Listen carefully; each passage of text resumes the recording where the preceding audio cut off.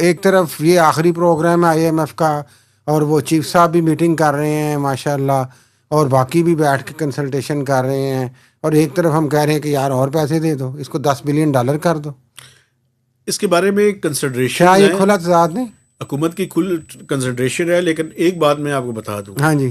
IMF پھر یہ بھی کہہ سکتا ہے کہ اس پروگرام کا ڈیوریشن جو ہے وہ بڑھا دیں. اس بات پہ حکومت پاکستان نہیں مانیں گی.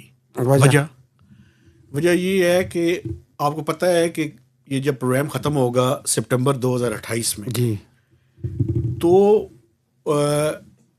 27 میں 27 اور 28 مالی سال 27-28 میں, اس کے بعد حکومت کے لیے 1.5-2 سال کا عرصہ ہے. تو جو چوکے چھکے مارنے ہیں وہ IMF کی موجودگی میں تو نہیں مارے جا سکتے. صحیح ہے, وہ تو IMF پروگرام ختم ہوگا تو اس کے بعد چوکے چھکے ہوں گے. بالکل, اور اگر آپ نے ڈیوریشن بڑھانا ہے تو اس کا مطلب ہے عوام تو انہیں ٹیکسوں تلے دبے رہیں گے نا پھر, اور وہ جو اب ریلیف کی باتیں کرنے ہیں وہ ہم بھول جائیں. ہم ریلیف ڈیزرو بھی نہیں کرتے ویسے. نہیں یار یہ بات نہ کریں آپ.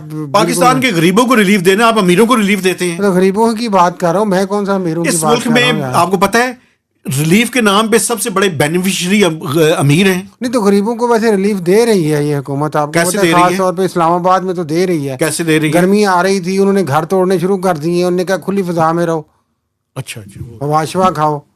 اور اوپر سے جو فیڈرل کانسٹیٹیوشنل کورٹ ہے وہ جو اتنی ڈیمولیشن کیا کہتے ہیں ڈیمالشنگ ہو رہی ہے, گھر گرائے جا رہے ہیں. 4 لاکھ لوگ کے قریب 4 لاکھ کے قریب لوگ ہیں مہتاب صاحب جن کے گھر گرائے گئے ہیں یا وہ متاثر ہوئے ہیں اس سارے سے. تو اسلام آباد ہائی کورٹ نے 4 مئی تک پینڈنگ کر دی ہے پیشی.